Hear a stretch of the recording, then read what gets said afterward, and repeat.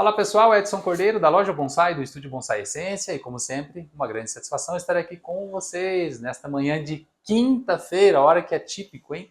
A gente antecipou aí a transmissão desta semana, temos alguns compromissos aí amanhã, bom, particularmente eu tenho alguns compromissos, então a gente antecipou a live para hoje, para um pouco estranho, não é, Alfredo? Parece um pouco estranho, né? Parece véspera de feriado ou coisa assim, né?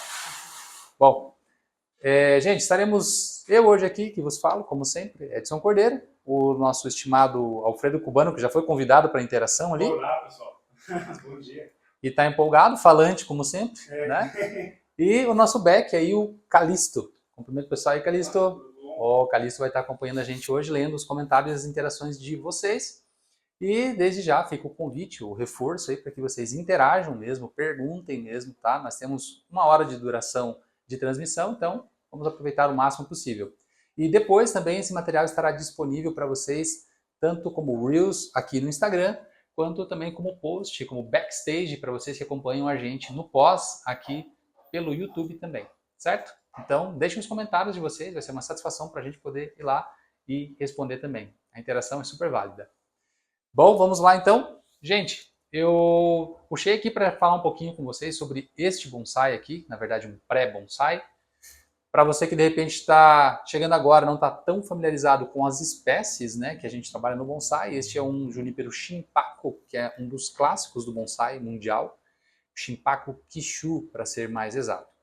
Este Shinpaku chegou ontem aqui na loja pelas mãos de um cliente, um parceiro aqui da loja, para a gente ajudar ele com a evolução do projeto. Ele adquiriu essa planta tem pouco tempo e estava com muitas dúvidas aí de como conduzir, o que fazer, então ele acabou só soltando alguns arames, porque, claro, é um pré-bonsai já iniciado, e ele trouxe o material aqui para a gente dar andamento, né, colaborar com ele, certo? E eu trouxe o material hoje para a nossa transmissão, para a gente conversar um pouquinho sobre ele, falar um pouco sobre projeto e evolução do projeto, tá? Então, até o final da transmissão aí a gente vai ganhar terreno aqui, vou movimentar o máximo que eu puder aqui, evoluir o projeto, tá? E é claro, vou trazer algumas questões, algumas discussões aqui com vocês também, tá bom? Então, conto também com as interações de vocês. Alfredo, o que você vai mostrar para o pessoal aí hoje? Conta aí. Eu acho que vai ser melhor começar com o que ficou aí pendente na semana passada, né? Pode ser? Quero começar aqui, mostrando para vocês essa propriedade. Isso aqui, pessoal, é um Shinpaku Kishu, que é um cross do Makoto, né? Isso. Material proveniente do Makoto. A plata estava assim trabalhada, foi eu que trabalhei aqui. Eu acho que ainda a gente mostrou o projeto todo, só que não estava no vaso, né? Aqui a gente plantou um kurama, com um plantio também foi reforçado aí com um teto e está dando musgo em cima, né? Aqui ainda não dá para ver o nevar da planta, porque preferi preservar o máximo possível de raízes para não penalizar a saúde da planta. Daqui a mais um mês, daí a gente vai começar a limpar em cima, vai mostrar depois o nevar que ficou muito top mesmo. É uma planta com muito boa qualidade. Daqui a mais alguns dias vai ficar disponível para venda já. Atualmente está se expondo ali no toponomá da loja. E é uma planta que tem muito futuro por delante, né? É uma planta que vai valer a pena muito para alguém que gosta de juníperos, ainda mais do Shinpaku Kishu, para fazer parte do acervo pessoal, né? E é isso aí. A planta, a gente falou já do design nas lives anteriores, e é isso aí. Edson, poderia falar alguma coisa aqui, alguma consideração sobre o plantio? Bom, acho que a minha primeira consideração, acho que você já resolveu, na verdade, né? O kokedama, né? Eu até brinquei, falei para o Alfredo que dá para chamar de kokesai, um modelo híbrido aí entre um kokedama e um bonsai. Mas aí eu vou até fazer o seguinte, vamos deixar a interação rolar? O que você acha? O Calixto vai pegar bem de perto aqui, de novo, né? Mostra pra gente ali, Calixto, a base da planta também, a questão do plantio, o vaso que foi escolhido e a forma de plantio e tudo mais. E vamos convidar o pessoal aí que está acompanhando ao vivo para interação, né? O que, que eles acham aí e por que também aí dessa brincadeira do Kokusai, né? E depois a gente volta de novo para o tema e conversa um pouquinho sobre isso, tá bom? Tem algumas perguntas já aqui. Opa, maravilha. Perguntas boas. Pode ir lendo, manda aí. O pessoal mandando bom dia, primeiramente, né? Opa. Renato Bocabello. Renato Bocabello, salve, salve, meu amigo. Ô, Renato, quero aproveitar para agradecer ao vivo aqui, cara, na última transmissão da quarta-feira, pelo teu estúdio lá. Eu acompanho também, se não consigo na hora, acompanho depois. Quero aproveitar para agradecer pela indicação, tá, da loja Bonsai, sempre muito importante para nós, claro. E muito obrigado, né? Um profissional referência e um amigo, acima de tudo, como você, está sempre setando e indicando aqui o Edson como profissional e também a loja Bonsai. Então, muito obrigado, amigo. O Chad mandou um bom dia também. Opa, bom dia. E temos algumas perguntas agora. Manda lá. Carvalho. César Carvalho. César Carvalho é prata da casa também, hein, aluno? Ele perguntou qual que é o estilo de vaso para esse tipo de bonsai. Para esse tipo de bonsai, qual deles agora? Eu acho que quando ele perguntou, a gente estava falando do... Tá. Eu acho que a gente pode expandir o assunto quando vierem as outras interações também. E aí eu vou entrar para a gente conversar mesmo, assim, falar mais sobre esse tema. Então a gente posterga, tá bom? Uma do Ronildo Correia aqui, ó. Ronildo. Bom dia, pessoal. Parabéns pelos vídeos. Opa, obrigado. Do Chimpaco. Moro em Porto Alegre, Rio Grande do Sul. No verão chega a mais de 40 graus. Uau. E no inverno pode ter temperaturas negativas. Maravilha, hein? Gostaria de saber qual é a melhor época do ano para poda, amarração, transplante para a minha região aqui do Porto Alegre. Tá. O substrato, né? Legal. Quem mora... Pacote completo. Pacote completo. Quem mora em Porto Alegre sempre comenta, eu tenho amigos e até alunos mesmo que moram em Porto Alegre e comentam que é um tanto atípico lá, né? Realmente, uma região diferenciada. Pode ficar muito frio no inverno e também ficar muito quente durante o verão, né? Então, já estou ligeiramente familiarizado com essa questão. É muito tranquilo, sim, de cultivar esta espécie, né, na sua região, na sua cidade. E com relação aos cuidados, para mim, pelo menos, e são as minhas orientações normalmente, até para os meus alunos, não muda muito do que é o padrão que eu utilizo aqui, inclusive em Curitiba, tá bom? Então, época de poda, depende do tipo de poda, tá? Hoje, por exemplo, nós estamos na época mais quente, né? Estamos no verão, então nós fazemos alguns tipos de poda dentro da folhagem da planta para seleção de estruturas finas, para montar as ramificações que a nossa planta precisa para evoluir como projeto. Então é uma poda diferenciada, é uma poda extremamente técnica, tá? Falando em termos de junípero, que é entrar dentro dessa estrutura fechada, meio bolinha, bolinha aqui, tá? E fazer a revisão dessa estrutura e direcionar, né, raminho por raminho para onde ele tem que ir exatamente, tá? Porque na sequência vem mais um ciclo curto de crescimento e a gente precisa aproveitar esse ciclo para reforçar essa folhagem e para que ela esteja na posição adequada. Podas mais intensas, mais pesadas, onde a gente poda galho inteiro, parte do tronco, inverno. Daí é só no período frio mesmo, tá bom?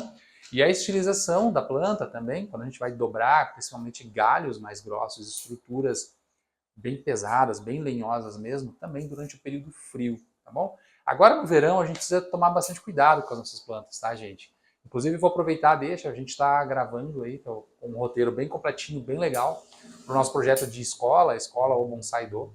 E a primeira aula que está sendo produzida, está sendo gravada, está falando exatamente sobre isso, o que é o cuidado de bonsai no verão, né? Então esse assunto para mim tá bem atual, assim, está bem sendo bastante estudado e comentado também, né?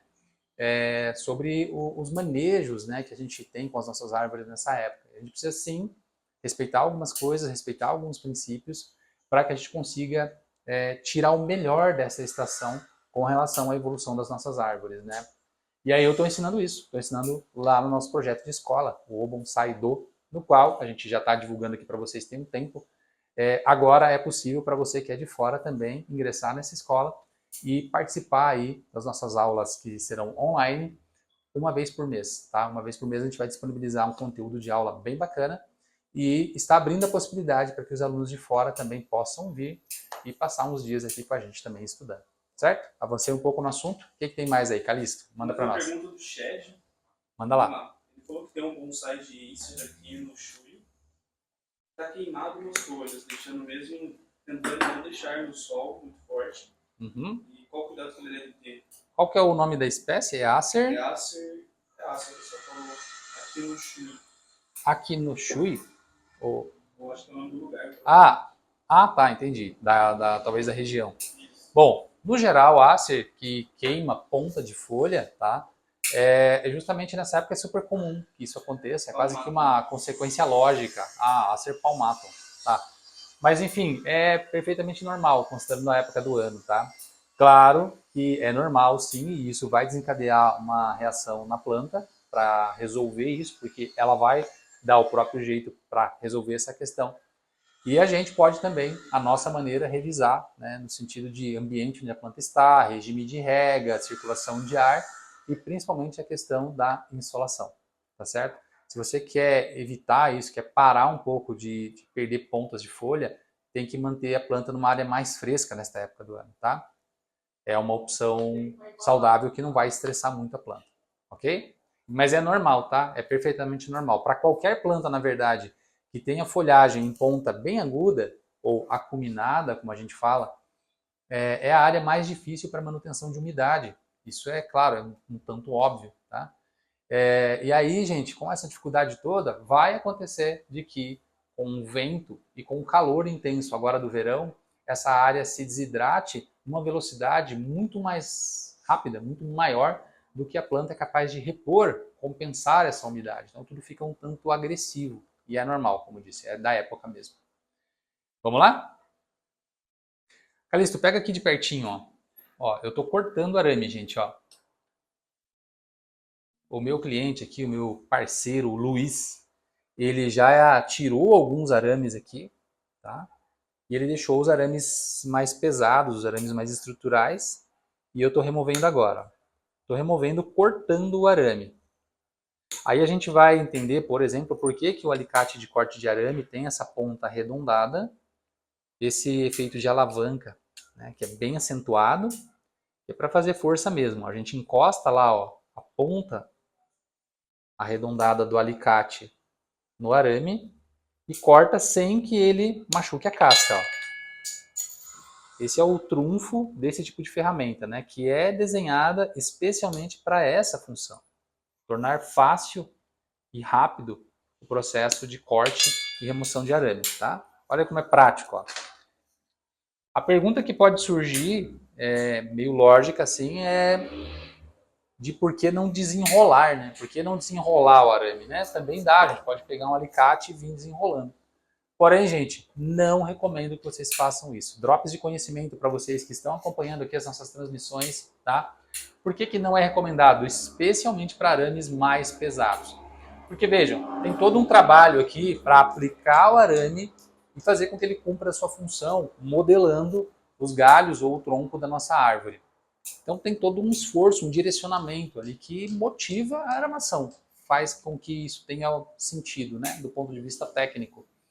E aí depois, na hora de desenrolar o arame, se eu não tomar cuidado, eu posso fazer o esforço contrário, ou seja, eu posso fazer o esforço em que devolve o galho na posição onde ele estava. E aí, gente, vamos concordar que não vai fazer muito sentido todo o meu trabalho até aqui. Se eu fizer esforço contrário e desmanchar a posição de fibra da planta que foi conquistado com o trabalho de aramação. Não faz muito sentido, né? Não é muito coerente. Então, é mais interessante sim que a gente venha cortando o arame em pequenas seções e vá soltando, que foi o que eu fiz aqui, tá? Já é normal, é natural que a gente tire o arame de qualquer forma e ele acaba retornando. Aí um certo percentual volta na posição original, tá? É difícil acontecer algo com uma taxa diferente de 20% a 30%, tá? Menos do que isso. O normal é de 20% a 30% acaba voltando. E é esperado, a gente já sabe que isso vai acontecer, tá bom? Por quê? Para firmar uma posição definitiva em que esse percentual fosse zero, bom, o arame provavelmente cravaria na planta e seria absorvido pela casca. E não é algo que a gente busca normalmente no mundo do bonsai, salvo quando é técnica, né? Existe a técnica que é para isso, né? Que a gente aplica o arame e deixa, mas não é o caso aqui, né? Então, salvo se forem bitolas muito fininhas mesmo, tá? Diria aí bitolas de 0,7 milímetros, 1 milímetro, no máximo ali 1,2, tá? É mais fácil de você desenrolar sem lesionar e sem também voltar no lugar. Agora, acima disso, gente, não façam isso. Vamos cortar o arame, tá bom? Evoluímos aqui. Vamos dar mais um passo. O que tem para nós aí, Calixto? O Shed agradeceu a sua resposta. Opa, disponha. O pessoal está entrando, ainda não tem as perguntas. Boa, vamos lá. Pode seguir. Vamos mostrar aqui então, ó. Essa planta foi preparada, bem preparada para o trabalho de aramação, ó. Foi colocado aqui uma tira de tecido, foi atado, né? Isso daqui é uma proteção, realmente, adiciona camada, né, de proteção para justamente evitar o contato direto do arame, né, na casca da planta, que pode sim, conforme a torção, pode machucar a casca da planta. E aí isso lesionado não vai ficar legal, correto? Então agora, o próximo trabalho que eu vou fazer é achar a ponta desse material e desenrolar. Então aqui é um momento onde a gente também justifica um pouco colocar esse tipo de material, tá? E não outros materiais que a gente tem disponíveis, como borracha, ou até mesmo fibras naturais, como a ráfia, né? Que é mais conhecida. Este é o momento, tá? Porque eu conseguiria, em tese, também simplesmente desenrolar aqui essa tira, sem nenhuma grande complicação, digamos assim. Eu só preciso achar a ponta aqui, né? Preciso achar onde tudo começou, para poder puxar do jeito certo, tá? É o que eu estou fazendo aqui agora, estou investigando aqui. Eu já encontrei uma ponta, mas não estou conseguindo puxar por essa ponta. Então eu vou ver se não é pelo outro lado, não é mais fácil aqui. Vamos ver.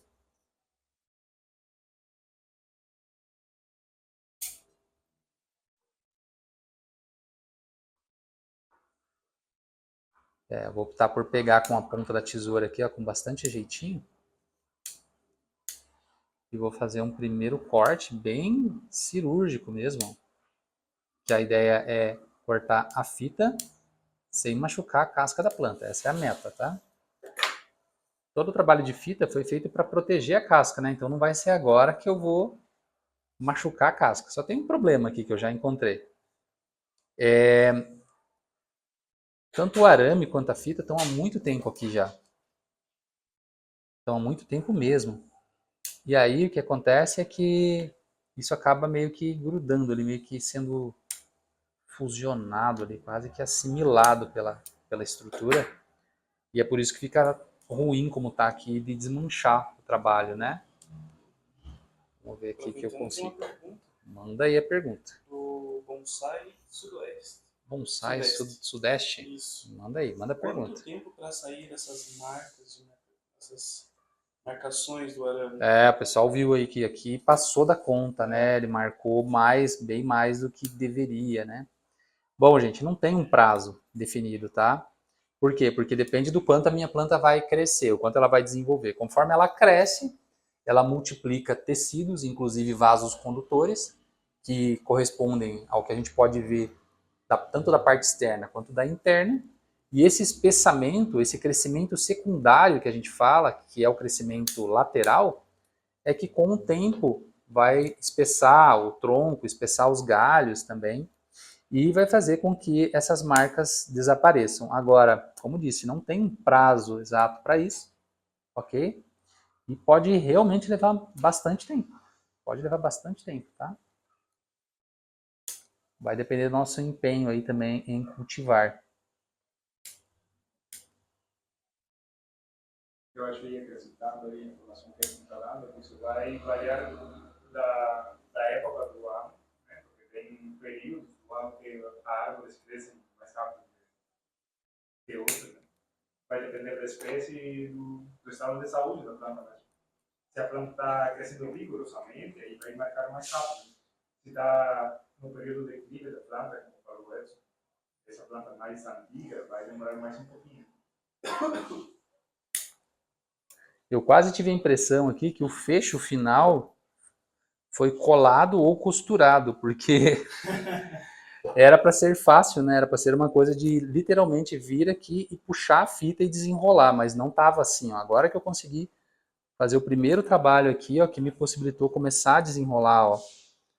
Mas o fecho foi feito de um jeito que eu desconheço, realmente. Eu não sei o que foi feito. Deu quase a impressão que alguém veio com linha e fio e costurou na extremidade, porque ficou bem fechado e não desmanchava, né? Então tem mais uma pergunta aqui. O bonsai de flame. Existe alguma técnica comprovada que diminui essas marcas? Já ouvi falar de cruzar o sentido do arame na próxima amarração. Não. O que você vai fazer nesse caso de cruzar o sentido da aramação é criar uma outra marca no outro sentido. Aí você vai ter uma linha diagonal de um lado e a outra linha do outro. Você vai criar ali um X na coisa toda. Eu não acho que seja uma técnica que vá resolver essa situação. Muito pelo contrário, você pode acabar adicionando mais marcas. Tá?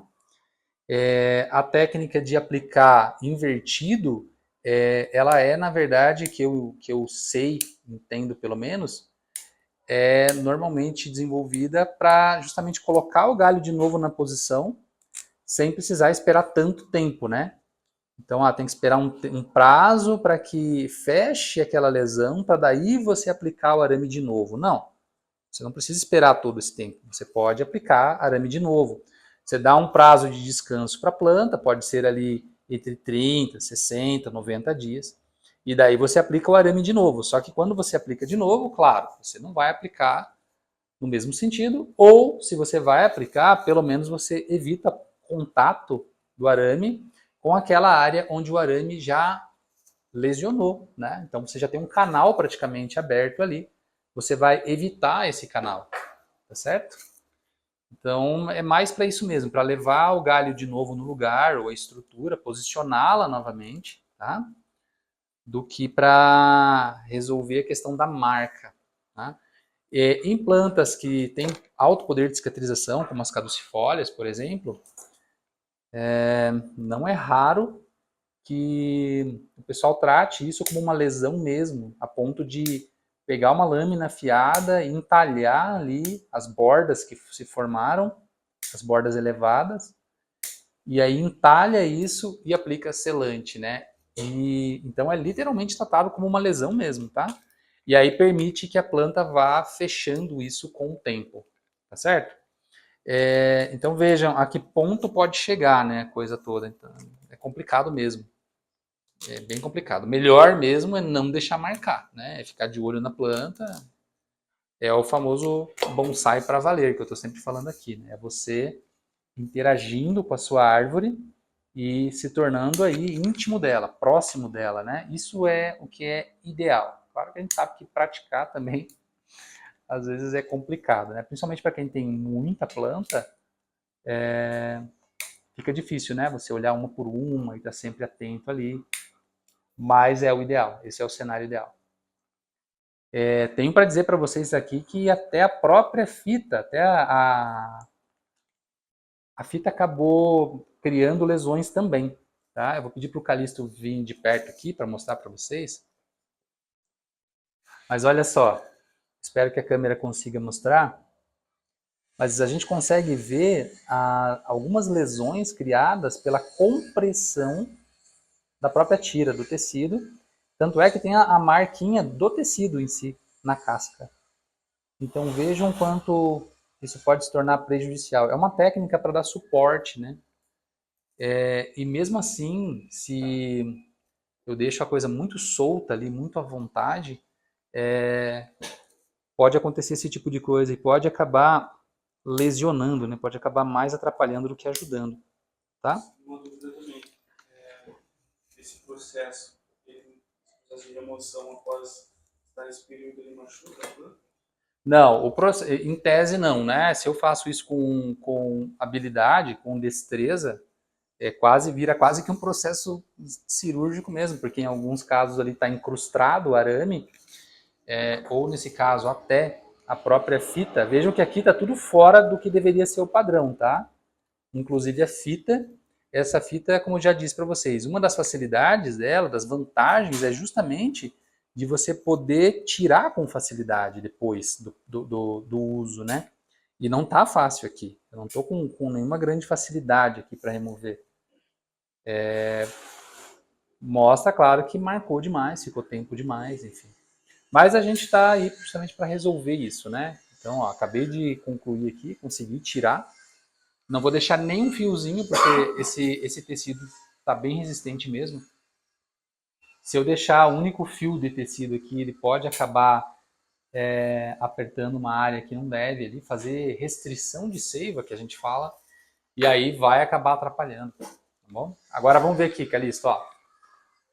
Agora sim, ó, sem o arame e sem a fita, ó.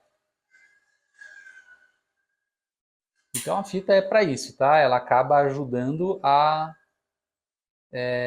proteger a parte externa, aqui, o tecido dérmico da nossa planta, do contato direto com o arame e da própria compressão, né? Então é uma camada extra de proteção.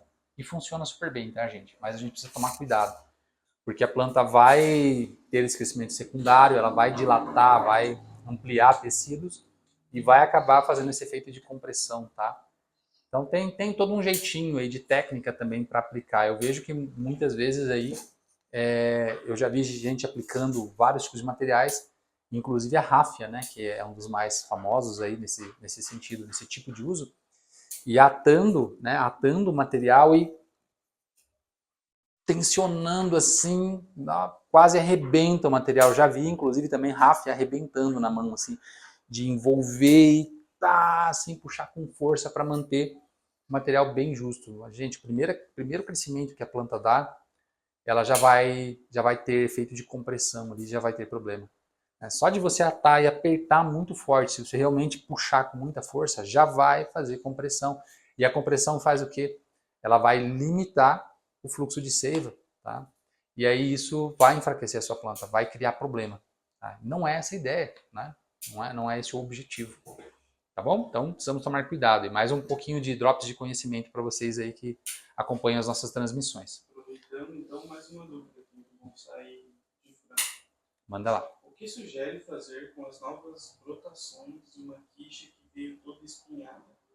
Retiro e deixo somente a massa mais verde, mais antiga? Como você...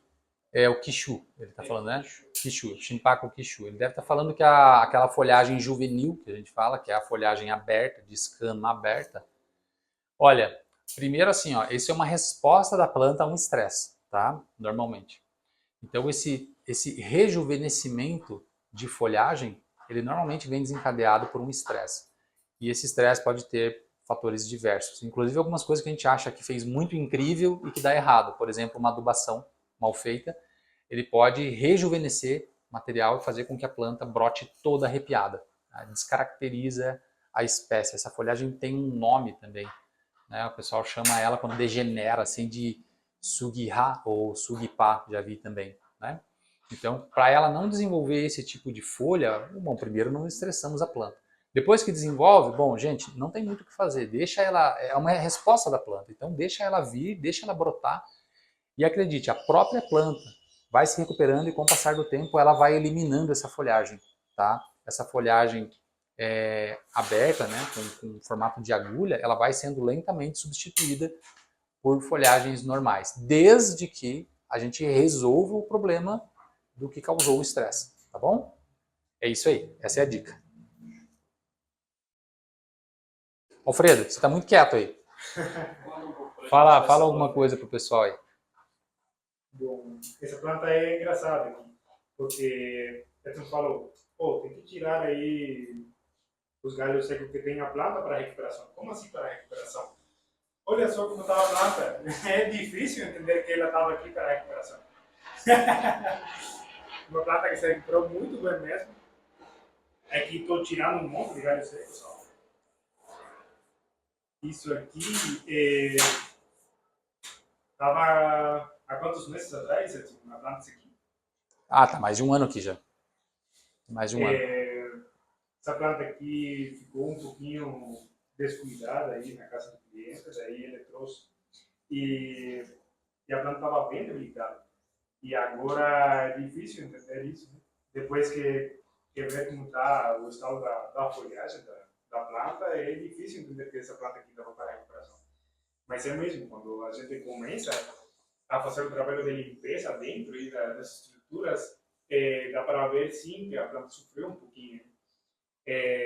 Além de tirar os galhos secos e os ramos mais enfraquecidos, estou tirando a casca também, porque nessa espécie de planta é muito comum que cresça não, que fique aí dentro da casca as brocas, né? Que é um tipo de inseto que vai dar doença à planta ainda, poderia secar galhos. E é por isso que é feito esse trabalho, né, de limpeza do tronco. Depois de tirar da casca, eu vou escovar o tronco para que fique mais limpo, né? E tirar os matos. Daí vai voltar para a casa entregue já como pronto. Um trabalho que deveria ser feito aqui também é limpar as estruturas mais que ficam aqui mais perto do tronco. Né? Essas estruturas no final vão ficar enfraquecidas porque não é a mesma quantidade de sol que pega esse tipo de estrutura como isso aqui, né? O crescimento que a gente procura é bem desde as pontas, e aqui isso aqui estaria tirando um pouquinho da energia da planta. Daí daqui a pouco também vou tirar um pouco de massa verde e é isso. Não tem muito mais. Esse trabalho é bem simples, assim como vocês estão vendo. E é para cuidar da saúde da planta, né? Para que se desenvolva o melhor possível nesse período. E é isso aí. É assim, tá contigo agora.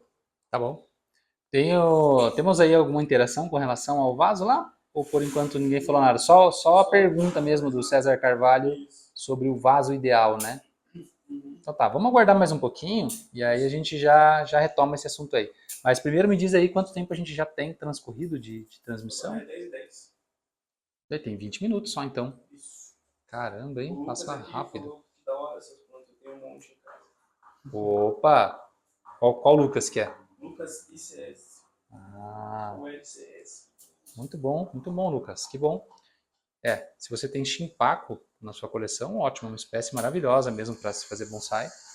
Não só porque é uma espécie das mais tradicionais do bonsai atualmente, mas pela resposta que ela dá mesmo como bonsai, que é maravilhosa, né? De fato, é uma espécie maravilhosa para se trabalhar como bonsai. O Alfredo gosta? Gosta, Alfredo? Ah, cara, se me dá para escolher entre as espécies mais nativas e as mais tradicionais, nem tem para pensar muito, não. Vai direto para as tradicionais? Ah, eu achei que você ia dizer que ia direto para as nativas. Não tem como. Ué, e o elemento surpresa? Não tem surpresa aí? Mas tem mais uma dúvida aqui do Bonsai Sudeste, né? Que é oferente. Tá. Ele perguntou qual é o melhor adubo para usar nas coníferas. Olha, eu acho que vai muito de etapa de cultivo, tá? E isso é válido, na verdade, para praticamente qualquer bonsai. Se a tua planta já está mais avançada, ela já está num vaso, ou pelo menos num vaso mais proporcional, pode até ser um pote plástico, mas é um vaso mais proporcional, não é tão grande. E ele já está num vaso menor justamente porque você chegou num ponto onde você já tem o tronco bem formado e começou a definir bem os galhos e já passa a definir as linhas terciárias, que são os ramos. Isso dá indício de que você já não precisa da famosa dieta de atleta, principalmente aquela dieta de atleta de alta performance. O que isso quer dizer? Que em termos de adubação, né, de nutrição do seu bonsai, você não precisa bombar ele, né? Então você pode utilizar fertilizante orgânico mesmo, que é um fertilizante de liberação lenta, um fertilizante mais suave também. A gente inclusive chama aí alguns fertilizantes como o próprio Biogold original, que é o fertilizante orgânico premium aí, né? Em termos de qualidade. A gente chama de fertilizante de manutenção básica, justamente porque, ele é muito bom como produto, sim, excelente, inclusive eu uso nas minhas melhores plantas aqui. Mas ele ainda, em termos de garantia, de nutrientes, composição e tudo mais, ele ainda é um fertilizante de manutenção básica. Tá? Então, mesmo que eu aumente muito a dosagem, aumente muito a quantidade do produto, não vai bombar tanto assim a minha planta, né? Então, eu faço a dosagem adequada aí, indicada pelo fabricante. No caso, por exemplo, do BioGold, é 10 a 12 pellets para cada litro de substrato. E vamos que vamos. Mas aí a gente tem que saber aí, entender bem e ter o objetivo muito claro do que a gente quer com o nosso bonsai e entender em que ponto ele está, né? Então eu sempre digo assim, você consegue fazer uma boa leitura, esquema AB, você consegue fazer uma boa leitura de em que ponto está a sua planta agora? Você consegue ter uma boa noção do que você quer dela daqui 5, 6, 10 anos? Ou seja, o ponto B, que é o marco de evolução dessa planta, onde é que você quer chegar com ela? Então, deste ponto A até o ponto B, em que ponto você está agora? Então, quando você começou esse bonsai, você tinha uma expectativa dela. Ok, isso já faz 2, 3 anos. Então, em que ponto você está agora desse esquema AB? E o que ela pede? Então, você vai adequar as técnicas e a metodologia de cultivo a esse momento específico em que está a sua planta, tá? Então, se ela já está, como por exemplo esse chimpaco aqui, ele está completamente apto aí a receber uma fertilização de BioGold mesmo, mais perto da base, porque daqui a pouco ele já vai para o primeiro vaso de bonsai. Eu já tenho tronco ganho, eu já tenho galhos ganhos, eu já tenho muitos ramos ganhos, então eu estou muito adiantado com o projeto, né? Então, ok, tudo bem, eu não preciso daquela fertilização bombástica, como eu falei, porque uma fertilização mais suave vai funcionar muito bem. César Carvalho aqui fez uma pergunta. Manda aí. A folhagem do quicho é mais fácil de manter a forma em referência aos outros juníperos? Olha, essa pergunta é um tanto ampla, César, porque assim, realmente nós temos juníperos extremamente problemáticos em termos de folhagem. Não é brincadeira, é coisa séria mesmo, tá? Tem junípero que é bonito de casca, é bonito de madeira, é vigoroso para o crescimento, assim, tem muitas qualidades. Mas quando a gente vai falar de folhagem, realmente a folhagem é muito ruim, gente. A folhagem não compacta direito, não dá a densidade que a gente quer, não atinge a proporção que a gente gostaria, dá trabalho para pinçar, para podar, ou seja, é complexo. Tanto é que a gente sabe, né, que não é raro a gente ter uma planta onde a gente desenvolveu toda ela pela característica de crescimento rápido, espessamento de tronco, madeira morta bonita, e aí quando a planta está bem evoluída, né, nesse sentido de base, de tronco e tal, a gente vai e promove enxertos para fazer a troca da espécie na copa. Por quê? Porque lá a gente quer a melhor folhagem, certo? E sim, o quichu é uma maravilha de fazer a manipulação da folhagem. É uma delícia trabalhar isso aqui. Recomendo para vocês. Juníperos, gente, Shimpaku, Itoigawa e Quichu são maravilhosos. Maravilhosos para trabalhar como bonsai. A gente tem resultados excepcionais trabalhando com essas espécies. E principalmente, claro, trabalhando da forma adequada. Tá bom? Vamos lá. Agora eu quero, antes que venha aí essa chuva de interações com relação ao vaso, a gente está esperando uma chuva de interações, né? Antes que venha essa chuva de interações, eu quero falar um pouco mais sobre o projeto dessa planta aqui. Calixto, o que tem? Um projeto que é só finalizado com Quichu, mais uma. Manda lá. Poderia falar um pouco mais sobre a espécie variegata? Variegata? Variegata. Olha, eu tenho que ser honesto para vocês em dizer que exatamente do Shimpaku Quichu eu nunca vi variegata. Eu sei que é comum, pode acontecer, mas do Shimpaku Quichu eu nunca vi. Eu já vi, por exemplo, do Cedro Nana, eu já vi de outros chamecípares, eu já vi de outros juníperos também, mas especificamente do Shimpaku Quichu eu nunca vi. E é claro, se eu nunca vi, nunca manipulei, então eu não tenho muito de experiência para compartilhar. O que eu posso dizer para vocês é que toda espécie que realmente é variegata, elas são plantas mais sensíveis, elas são plantas mais delicadas, então a gente tem que até tomar cuidado com o ciclo de manutenções, porque tem que ser um ciclo mais sutil, mais leve, tá? Tem que pegar com um pouco mais de carinho ali essas espécies, porque, bom, a resposta delas é mais lenta e é uma resposta mais sutil também, tá bom? Então, precisamos desse cuidado com qualquer espécie variegata. Fechou? Então vamos lá, eu quero mostrar rapidinho para vocês aqui, ó. Vocês vão concordar comigo que Vamos analisar lá um esquema B, vamos começar do início. Essa planta deve ter aí fácil, aí, talvez de 10 a 12 anos. Provavelmente começou por uma estaca, foi plantada no chão por um tempo.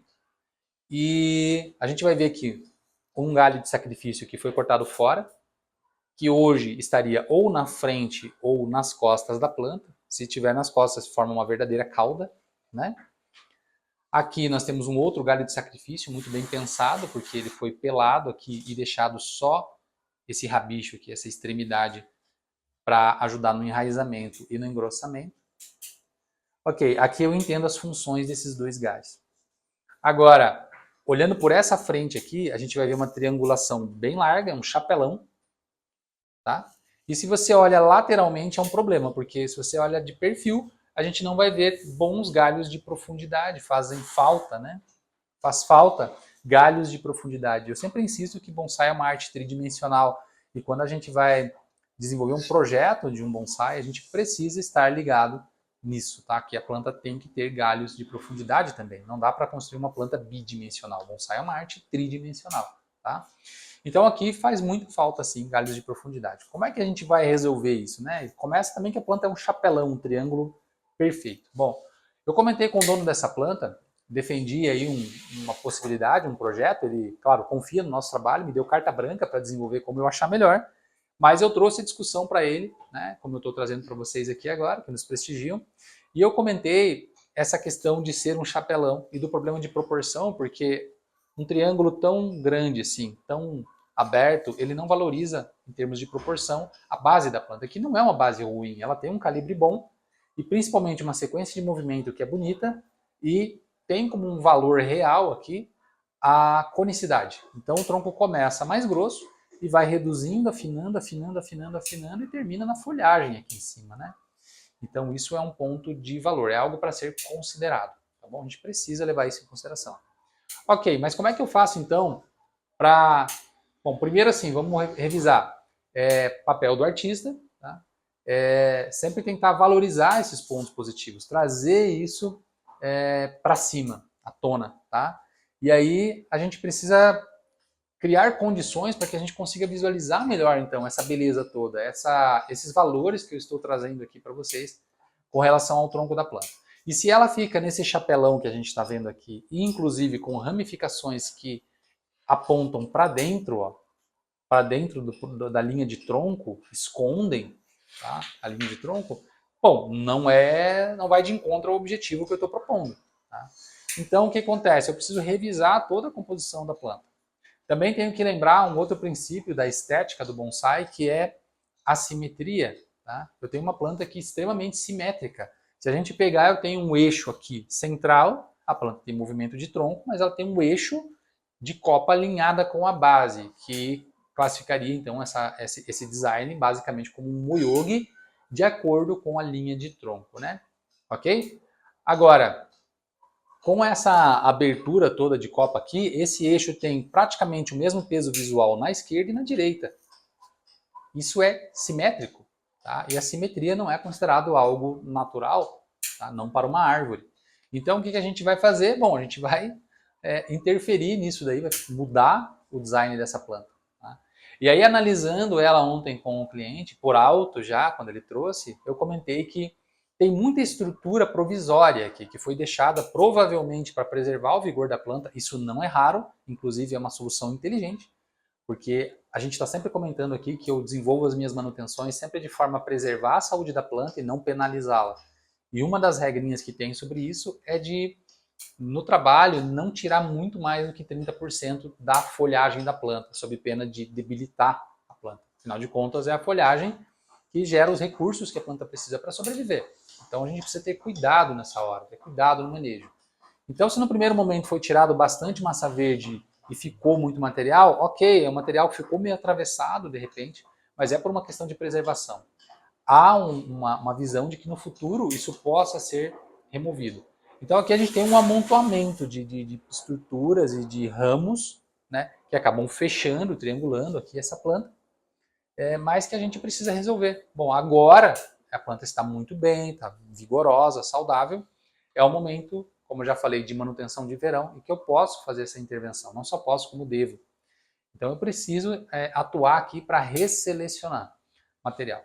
E aí uma coisa que eu comentei com o proprietário era assim, olha, nós temos esses 2 galhos aqui, um de cada lado, né? Um equilibrando o outro, apoiando e equilibrando o outro, certo? Ok, estabilidade, nós temos estabilidade aqui. E aí aqui nós temos esse galho aqui que está atravessado, porque ele nasce do mesmo lado do primeiro galho aqui, e ele cobre uma área que na verdade não é necessária, porque depois que baixar essa estrutura aqui, ó, quando ela baixa, ela conflita com esse material aqui. Ou seja, se isso não puder baixar mais do que isso, vai ficar complicado, porque vai ficar verde, né, massa verde sobre massa verde, e isso não é nada saudável, a gente sabe disso. Uma composição bem montada, bem escalonada, ela não permite que uma estrutura projete sombra sobre a outra, tá? Isso não é saudável para a planta também, tá? E eu tenho algo semelhante do outro lado também, então vejo que há uma equivalência aqui em algumas coisas, né? Por isso que a planta acaba sendo tão simétrica, né? E aí, gente, eu preciso tomar decisões aqui. E uma coisa que eu comentei com ele é de mudar justamente a composição como um todo, trazer como valor agora também a questão da assimetria. E eu sugeri justamente que a gente deixasse este galho que é pendente aqui, ó, e é um galho bonito, como Sachieda. Por que Sachieda? Porque ele não pode ser o primeiro galho, a não ser que eu tire todos os outros galhos de baixo e deixe apenas ele, tá? Mas não é a minha proposta aqui, pelo menos não agora, tá? Ele seria o Sachieda porque antes dele viria esse galho aqui, ó. Este galinho aqui, tá? Ele dá uma ancorada, ele dá um apoio neste outro lado aqui para não ficar o peso também todo por aqui, mas ele não tem o mesmo peso visual que essa estrutura aqui, que é grande, né? É tão grande quanto a outra. Então, como a gente falou, vira um balancinho, né? Aqui, uma gangorrinha de um lado do outro aqui. Estão ambos se apoiando e se equilibrando. E aí o que acontece com isso? Bom, eu melhoro muito a questão de proporção também, gente. Eu falei para vocês, ponto-chave aqui, proporção. Então, só nessa planta aqui, olha só, quanto a gente já falou de princípios envolvidos na estética do bonsai. A gente precisa estar ligado nisso, tá? E eu estou trazendo esse conhecimento para vocês aqui na live, falando por alto, e a gente vai abordar esses temas com profundidade lá no nosso projeto da escola O Bonsai Do, na qual vocês também podem se inscrever e participar. A primeira aula já está para subir, ou na semana que vem, ou na próxima, mais provável já na próxima semana, estará disponível online e vocês podem entrar em contato aqui com a gente também e ingressar nesse projeto de escola para receber aí uma aula por mês e, quem sabe, por que não, eu possa ajudar vocês aí com os projetos de vocês de forma personalizada, também em formato de consultoria, por que não? A gente pode estudar isso também. Mas vamos lá. Aqui, notem, eu estou com tudo já planejado e organizado para cortar esse material. Então eu quero que vocês que estão acompanhando a gente na live acompanhem o que é que vai mudar aqui. Tá? Então, por enquanto que a gente está vendo assim, a gente tem uma noção da coisa toda. Quando eu começar a cortar, vai aparecer aquilo que eu expliquei para vocês, vai ficar mais visível, mais claro. Tá? Vamos lá, eu vou começar a cortar. Então, eu não pretendo simplesmente cortar tudo e jogar fora. Eu vou deixar um pouquinho de material que eu vou descascar e fazer DIN. O DIN é justamente aquela estrutura de galinho seco que conta a história que aquilo um dia foi um galho. Agora, este DIN, ele não pode ser um DIN muito longo, muito vistoso em termos de composição, porque senão ele continua tendo aquele efeito de equilibrar e atrair a atenção do observador. Tá? Então, começo cortando mais longo mesmo, para eu ter material para descascar e tirar, mas sabendo que eu posso depois encurtar, eu posso inclusive cortar na base quase um DIN ali, se eu entender que não fica bom. Vejam como já muda, ó. Olha como muda toda a relação de composição, gente. Fala, Calixto. Pouco ou muito? Bastante. Bastante, né? E agora, ó, eu me sinto seguro também de cortar esse rabicho aqui. Então eu vou cortar o rabicho também. O rabicho não tem por que manter esse DIN longo dessa forma, porque ele é monótono e reto aqui. Então não tem por que eu vir cortar aqui. Eu vou cortar ele mais curto, eu vou cortar ele aqui.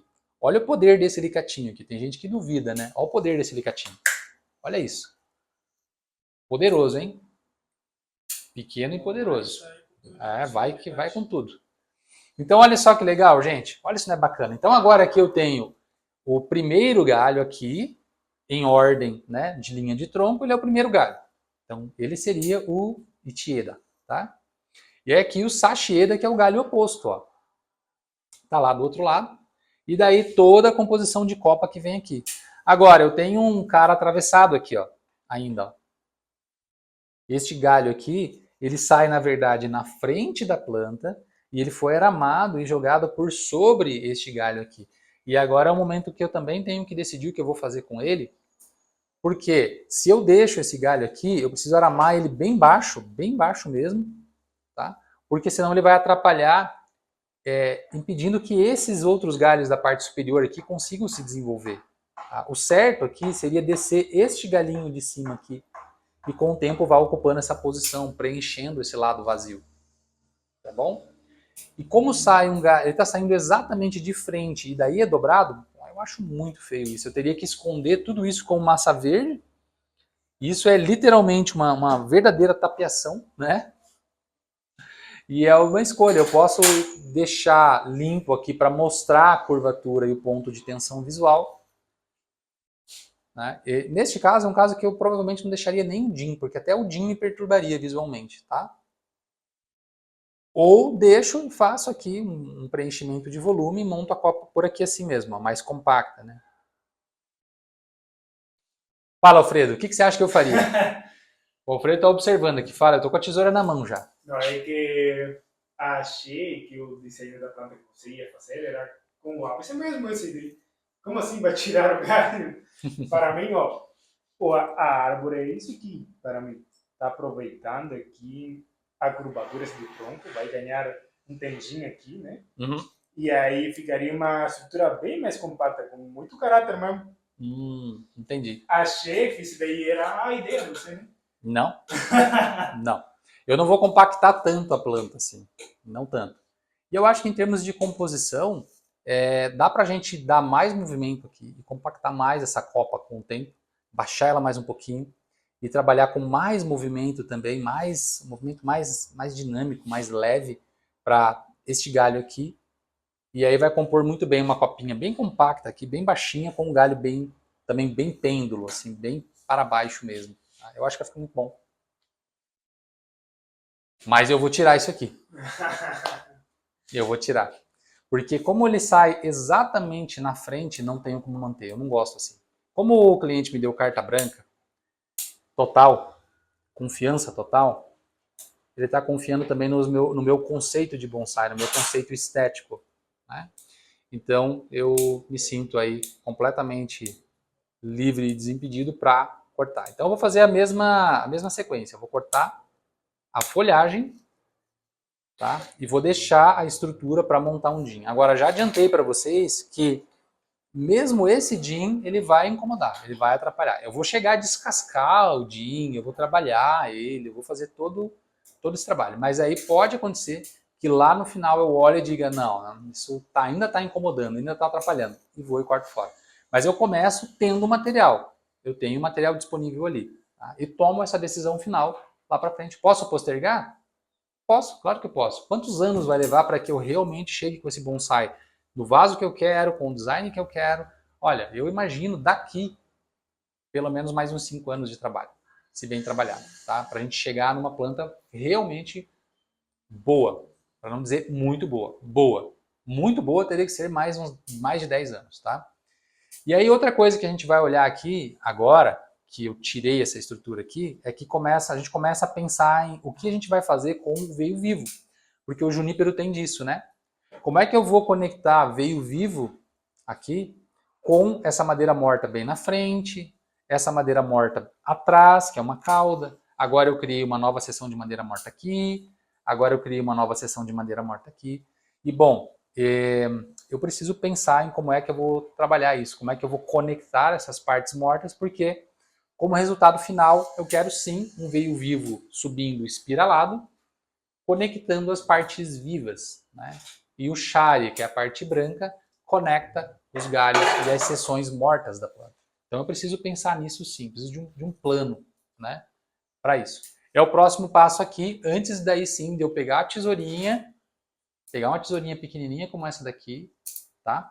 E eu venho empunhando ela assim e vou manipulando a folhagem, vou abrindo e vou sacando a tesoura e cortando. E manipulo folhagem, saco e podo. Esse normalmente é o manejo que eu faço, tá?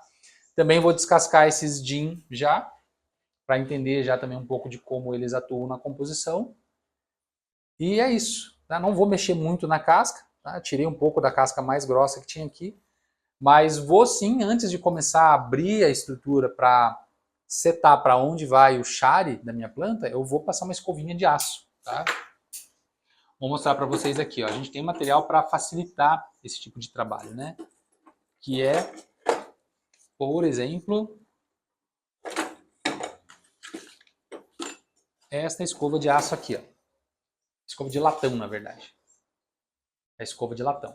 Então eu vou pegar essa escova, ó, agora que eu não preciso, estou num ponto mais delicado da planta e que eu não preciso ficar arrancando casca ali, ou nem dá, porque senão eu machuco a casca da planta, tá? E eu venho com a escova de aço, ó, bem suavemente, ó, vai levantando pó. Esse pó é sujidade que vai saindo e eu vou revelando aí a cor da casca, que é avermelhada, na verdade, né? Um marrom avermelhado, certo? E aí o que que acontece? O que que isso me favorece? É só estético? Não, gente. Não é só estético. Normalmente não é só estético as coisas que a gente faz aqui, tá? Eu estou limpando sujidade, eu estou limpando fungo, eu estou eliminando aí alguns possíveis patógenos e eu também estou fazendo a leitura de veio, tá? Eu estou entendendo por onde passa o veio vivo, a espessura, né, o calibre desse veio. Eu começo a identificar a responsabilidade desse veio, então se ele é grosso, é bem espesso, ele está alimentando uma parte importante e vigorosa da planta. Então eu preciso cuidar desse veio. Se eu preciso cuidar desse veio, a primeira coisa que eu vou fazer vai ser cortar ele, pegar uma lâmina e cortar. Fala para nós aí, Alfredo. Hoje não. Ah, isso é bom para testar se ele está prestando atenção no assunto, né? Mas ele está mesmo, ele está prestando atenção no assunto. Ele está ficando espertinho, né? O Alfredo está ficando espertinho. Então, não, gente, eu vou cuidar, vou preservar esse veio, porque ele é importante para a manutenção da planta, para que ela fique bem, para que ela fique saudável, tá certo? Então essa escovinha vai ser minha amiga e parece uma tarefa quase monótona e inocente, e não é. Um olhar treinado aí faz com que a gente esteja de olho em muitas coisas, em muitos detalhes aí enquanto a gente desenvolve, né, esse tipo de tarefa. Eu diria que a principal aqui é justamente observar a condição de saúde da planta, se tirando a casca e polindo ela com a escova, se a gente acha marca de ataque de insetos, né? Se a gente acha debaixo de uma casca aí o furo de uma broca, se a gente vai ter áreas que... Aí a pergunta que vem é natural. Mas Edson, você disse 30%, não é? Certo? É a ordem lógica, é isso mesmo. Ué, mas Edson, você disse 30%, aí você tirou tipo 50% da folhagem. Sim, exatamente. Então é de 30 a 50. 50 é o limite do limite mesmo, gente, tá? Não faça mais que isso para não enfraquecer a sua planta. Agora, eu ainda tenho um pouquinho de limpeza obrigatória aqui em algumas áreas dentro desses galhos aqui, mas que eu vou realmente fazer bem comedido, bem tranquilinho para também, como disse, não penalizar a planta. Tá bom? Alfredo, da minha parte aqui, eu acho que para a live acho que está resolvido. A gente já passou já da hora, né? Sim, Mas sim. eu queria ainda assim mostrar para vocês o... Manda lá, pode conversar com o pessoal, a gente tem que falar do vaso ainda.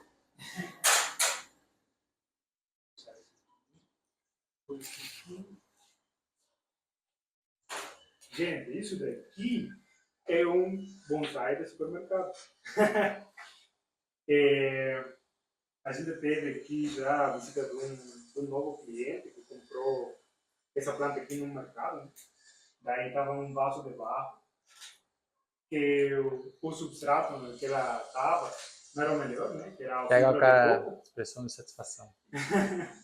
Fibra de coco estava aí plantada e, na verdade, é bem difícil desenvolver uma planta com esse tipo de substrato, né? Daí ele pediu para começar a tratar esse tipo de planta como um bonsai mesmo. Aí a gente fez o transplante, só que aqui, na estrutura cá, tinha um furo, tinha um espaço onde não tinha raiz nenhuma. Daí eu propus para ele fazer um Shih-Tzu, que é um estilo sabe, na roxa. Espera, quem propôs para o cliente fazer isso? Eu mesmo. Você mesmo propôs? Você assumiu esse desafio? Daí Edson falou, cara, mas tá certo, né? Mas a gente não tem na roxa. E agora? E agora? Literalmente joguei o cara na fogueira. E aí? E aí? Fala aí, conta mais essa história para nós. Aí o que aconteceu foi que eu tive que fazer a roxa. Aí peguei 3 roxas aí que Edson tinha para fazer alguns projetos, né, daqui da loja. E aí, com o cimento branco, eu consegui fazer a roxa. E é isso, essa estrutura que vocês estão vendo aqui. Ainda tem um pouquinho de cimento, mas isso daí vai ficar bem coberto agora. Assim que o músculo crescer, assim que as raízes aí engrossar mais. E é engraçado também falar da espécie, esse daqui que a gente tem, porque aqui embaixo tem o que o pessoal fala ficus ginseng. Aqui um pouquinho mais para cima tem um retursal. Mas aqui, bem no topo, tem um enxerto de ficus compacta. Aí vira um Frankenplanta.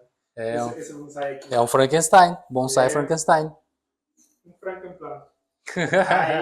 Um Frankenstein. Para preservar um pouquinho das raízes que ficaram, porque de qualquer jeito a gente tinha que plantar um pouquinho mais para cima a causa da roxa, né? Proteger com o quieto e um pouquinho de musgo. Mas olha só a saúde que tem a planta agora. Está lutando muito bem mesmo.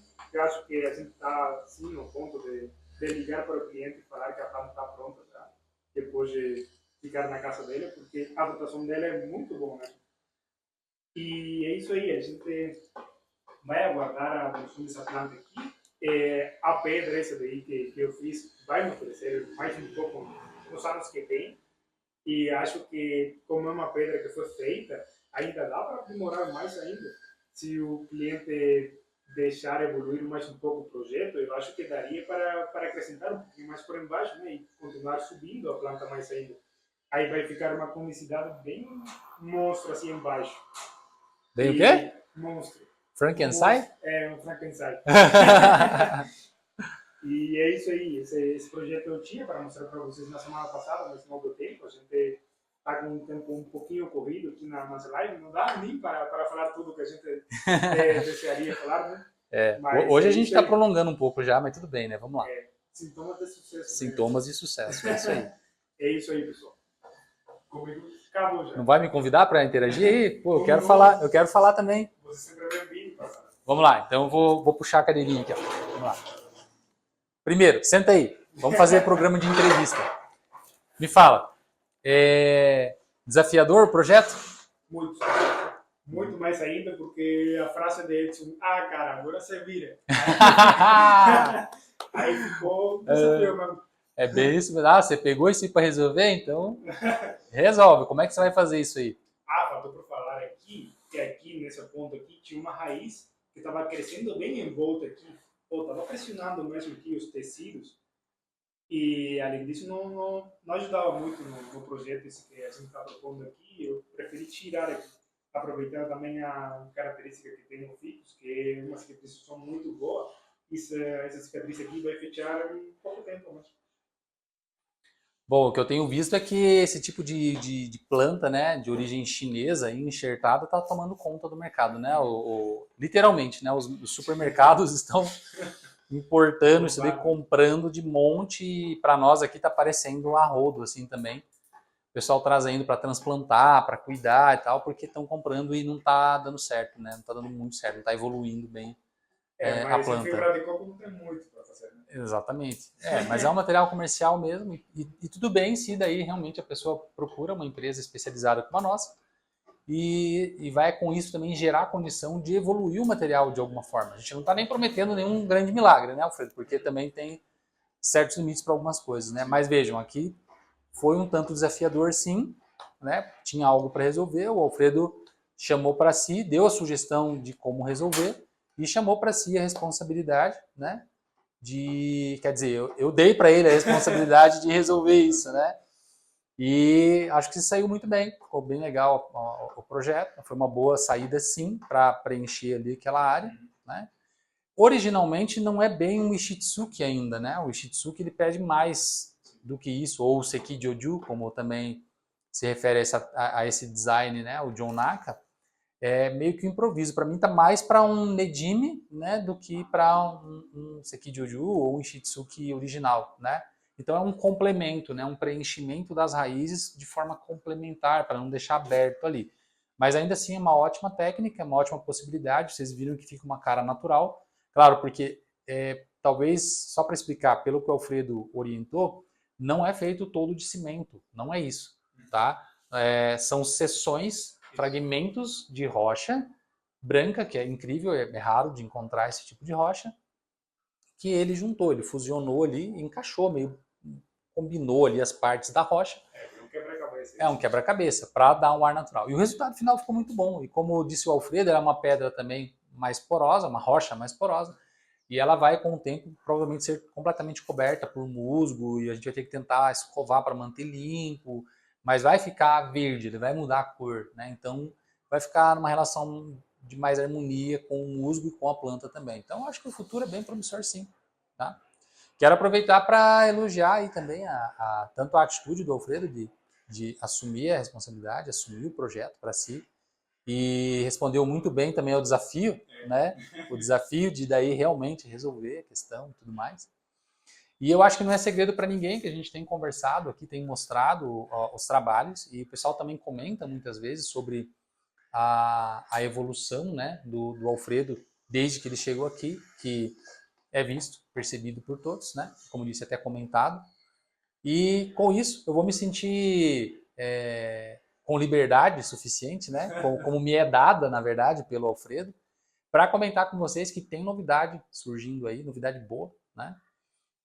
Seguindo também um pouco do que é tendência, o que é normal para nós aqui na Loja Bonsai. Quem está conosco, nos acompanha por mais tempo, sabe como funcionam as coisas por aqui. A Loja Bonsai, ela é agregadora também de pessoas, de profissionais de qualidade que alinham os seus princípios, os seus valores também com os nossos. E tem qualidade de trabalho, né? O Alfredo é uma pessoa que é assim também, e a gente já falou que está numa crescente, está evoluindo super bem. Esse ano ele vai para o Novos Talentos, né? Vai para o Novos Talentos no evento lá no Bonsai 2025, né? Provavelmente a gente de repente vai junto também, né? Vai fazer essa viagem junto e tal. Ele já aceitou aí também de ser o meu assistente lá durante o meu trabalho de demonstração. Vou estar demonstrando nesse evento também. Mas a notícia, enfim, é de que neste sentido todo, dentro deste contexto, que com algumas dicas e orientações e quase empurrões também, o Alfredo vai em breve aí inaugurar o próprio estúdio, o estúdio de bonsai artístico do Alfredo, né?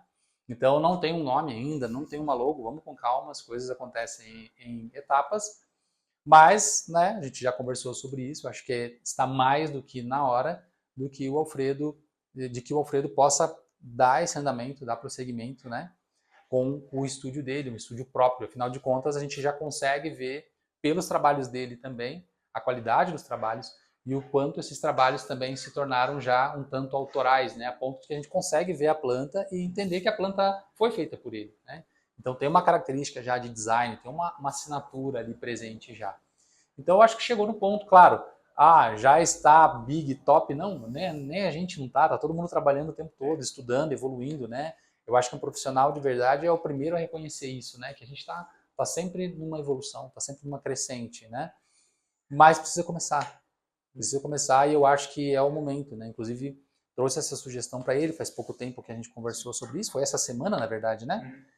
E eu acho que tá no ponto, tá no momento para a gente começar a desenvolver esse assunto e tudo mais. E é isso, acho que vem mais novidades pela frente também. Queria que o Alfredo falasse um pouco sobre isso também. Fala aí para nós, Alfredo. Aproveita, deixa. Agora foi uma responsabilidade que surgiu mais ainda. Não tá fácil aqui na loja, não. Todo dia é um desafio e agora Vou Eu puxar aqui acho um que pouquinho. sim, que é justo, como falava Edson. A gente está vendo, como mesmo aí no Chimpaco, a gente tem alguns jeitos de trabalhar um pouquinho diferentes, né? Mesmo eu crescendo aqui, quase na loja bonsai, ainda assim, os critérios que tem Edson e que tenho eu são um pouquinho diferentes, né? Às vezes divergem um pouquinho. Ainda sendo muito próximos o estilo de armação, esse tipo de coisa. E eu topei com essa ideia. Eu acho que sim, que posso dar conta mesmo de um estúdio próprio mesmo, né? E aí vai ser uma espécie de evolução pessoal, né? Não só no caminho, não sai, é também pessoal, mas vamos ver como vai ser. Ainda estou pensando um nome para o estúdio, para uma logo nova, né? Mas a gente tá andando, né? Pô, eu acho que é esse o caminho, né? Como disse, a visão da loja Bonsai sempre foi agregadora, né? Então, a loja, o Bonsai, é um corpo maior, né? E é um corpo, como digo, agregador. Então, hoje, o meu estúdio também, eu sempre falo, né? Edson Cordeiro do estúdio Bonsai Essência. Então, é como eu me sinto também. É o meu estúdio, é a minha visão de vida, de mundo, de arte, de bonsai, né? Sendo trazida para dentro do contexto, para dentro do ambiente de loja, né? Da loja ou bonsai. E é claro, um prazer, uma satisfação. Para mim tá fácil, porque né, eu sou de casa, mas não foi sempre assim, né? Não foi sempre assim. Então, para mim também, né, foi uma conquista, foi uma grande ideia e uma conquista. Por isso eu acho que vai fazer muito sentido também para você que siga por esse caminho, tá? Eu E quero acrescentar também aí que a gente não vai separar os caminhos, né? A gente vai continuar como com a assim que não parceria. vai? Não. A gente vai continuar com a parceria, né? Pelo menos por enquanto, mas Não, claro, é isso aí. Como disse, é a loja com visão agregadora. Então, sempre comentei também que a gente já teve várias parcerias aqui, né? A gente teve plantas, trabalhos de vários artistas por conta dessa visão agregadora mesmo. Poder oferecer para os nossos clientes, para as pessoas que visitam a loja aqui, plantas de qualidade com linguagens diferentes, né? Com visões, como disse, visões de mundo, visão de vida diferentes, distintas. Porque senão fica tudo a mesma coisa, né? Fica tudo de acordo com a minha visão. Por mais criativo que a gente seja, provavelmente algumas coisas vão acabar ficando meio semelhantes. E tem muito material de estudo também, né? Então eu acho que sim, no contexto de loja, faz sim engrandecer também a loja quando a gente agrega boas pessoas, bons profissionais, como disse, com valores alinhados e com qualidade de trabalho para somar. Então eu acho que é isso. Então a gente vai refinar esse assunto sobre essa novidade aí, né? Mas como diz o Alfredo, está começando agora, vai rolar, isso vai acontecer, já está muito bem definido. Agora os detalhes de logo, nome, tudo bom, vem na sequência aí, né? E faz parte do processo, né? Porque pensar como a gente estava conversando sobre isso essa semana, é como uma gestação, né? Então começa, vai se formando, vai se organizando até que isso venha à luz, né? Então, é isso, a gente vai aguardando aí as próximas etapas, tá bom? Então, eu acho que é uma boa notícia, uma boa novidade também aí para todos vocês. Temos interações? Tem alguém perguntando alguma coisa ou saudações? Só parabenizando o Alfredo, né? Boa! valeu. Coleguinha. Boa! Valeu. Parabéns aí. E vamos falar do vaso então? Ah, Agora chegou a hora. A gente tem que finalizar a live falando do vaso, senão não dá. Então vamos lá. Primeiro, quando a gente começou a conversar sobre esse projeto, aconteça. Primeiro, o vaso é muito perfeito, ele é muito redondinho, né? É muito redondinho demais. Parece uma casquinha mesmo protegendo o kokedama, né? O kokedama, para quem está mais familiarizado aí, ele tem isso da bola de musgo bem amarrado, e o musgo é bem saudável, bem bonitinho, e dessa bola sai uma planta. Que aí pode ser de várias espécies, não aqui no caso como necessariamente um bonsai, né? Mas aqui saiu um bonsai, né? Da bolinha saiu um bonsai, da casquinha e da bolinha saiu um bonsai. O reforço para que isso venha como sentimento, como brinquei do Kokesai, né? O modelo híbrido das duas artes, é que faltou a exposição do Nebari, né? Então a gente não vê isso das raízes se agarrando firmemente, como se sustentando para não virar de uma vez, para não cair e coisas desse tipo, né? Então faltou essa expressividade que o Nebari tem, que é na verdade parte do papel do Nebari, né? Tem esse apelo visual também, ok? E aí, como a planta ficou parecendo, saindo, literalmente, rompendo a bolinha verde e saindo, bom, aí lembrou muito um kokedama mesmo, aqui no caso o nosso kokusai, tá? O pessoal perguntou ali do vaso, eu ainda acho que o kurama é uma boa, mas eu gostaria sim de um kurama mais irregular, que ele não fosse tão redondinho, tão esférico assim, tá? Que ele tivesse mais irregularidades no desenho também, tá? E aqui é um design onde seria sim possível aquele kurama mais irregular e com uma ponta mais alta assim também poderia ser. Não tão fechada no zero aqui mesmo, colada com o musgo, mas uma ponta que poderia se projetar um pouco para fora assim também. Tá? Então um pouco mais irregular o desenho e com uma ponta mais alta aqui, assim, seguindo o fluxo da composição, certo? Então eu acho que seria isso, seria bacana sim. E aí pensando avançado, para não ficar travado só na possibilidade do kurama, eu até acho que com a evolução poderia se pensar sim em plantar sobre rocha. Plantar este bonsai sobre rocha, nem que fosse realmente um parcial aí, como é um Sekijōju. Então plantar ele sobre a rocha e daí essa rocha estar sobre um vaso, né? Então tendo sempre um vaso como suporte. E tudo bem, eu acho que ficaria muito bonito também e muito expressivo, tá? Agora, ponto importante. Para este primeiro momento, eu acho que está bom, tá? Sinto falta só realmente de poder ver aqui o Nebari, essa expressividade que o Nebari